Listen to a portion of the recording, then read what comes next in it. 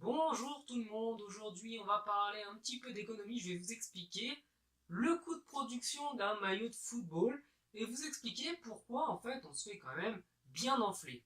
Donc pour commencer, on va dire qu'en moyenne, en France c'est les prix moyens des maillots, il y en a un petit peu moins cher, un petit peu plus cher, mais un maillot comme celui de Nike coûte 85 euros, peu importe l'équipe que vous soutenez, le prix est toujours aux alentours de 85-80 euros.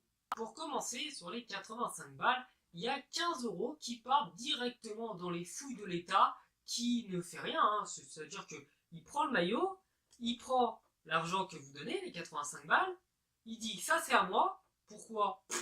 Ben, c'est à moi. Et il prend 15 euros sur le prix du maillot. Bon, déjà, ça nous fait quand même 70 euros qu'on aurait normalement à payer. Ensuite, on va prendre des chiffres ronds.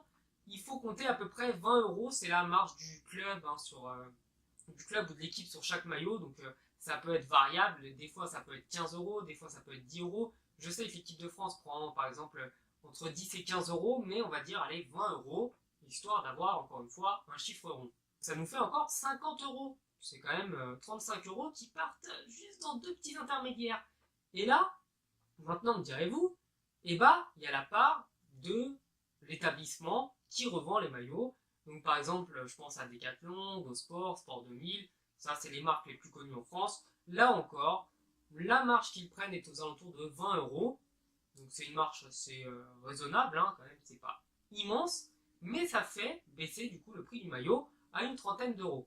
Ensuite, on va dire que pour tout ce qui va être spot publicitaire, marketing, présentation, photos avec les joueurs qui vont porter le maillot pour faire la promotion, on va dire que chaque maillot va du coup coûter à peu près 5 euros pièce.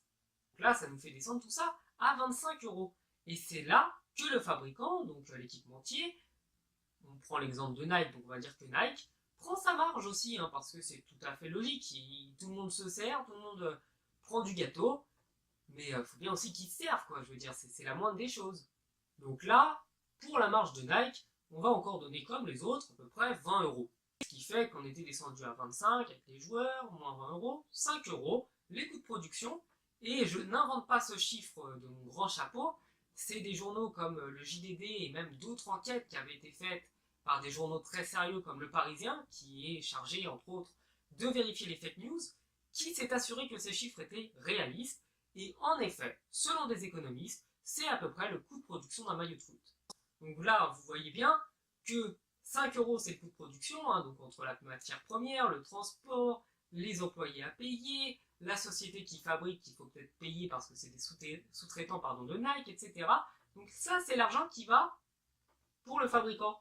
Et après, petit à petit, comme vous le voyez, on monte, on monte, on monte, et à chaque fois, eh bien, les sociétés se font une grosse marge. Donc là où il faut se dire que certaines entreprises prennent vraiment beaucoup d'argent, c'est lorsque vous voyez les maillots vendus 85 euros dans une boutique Nike, parce que là, en fait, ils n'ont pas l'intermédiaire qui va se servir des 20 euros, comme Decathlon, Go Sport, etc., puisque c'est eux directement.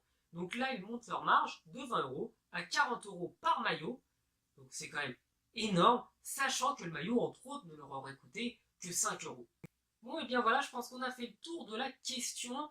Donc, je vous donne ces informations-là pour que vous compreniez mieux. J'ai essayé d'être rapide parce que mon but n'est pas de faire un reportage. Je ne travaille pas pour la télé ou pour une grosse société. Donc, je ne vais pas rentrer dans les détails. Mais ça peut vous permettre de comprendre un petit peu à qui vous donnez tout cet argent et comment ça se fait que les maillots coûtent aussi cher que ça.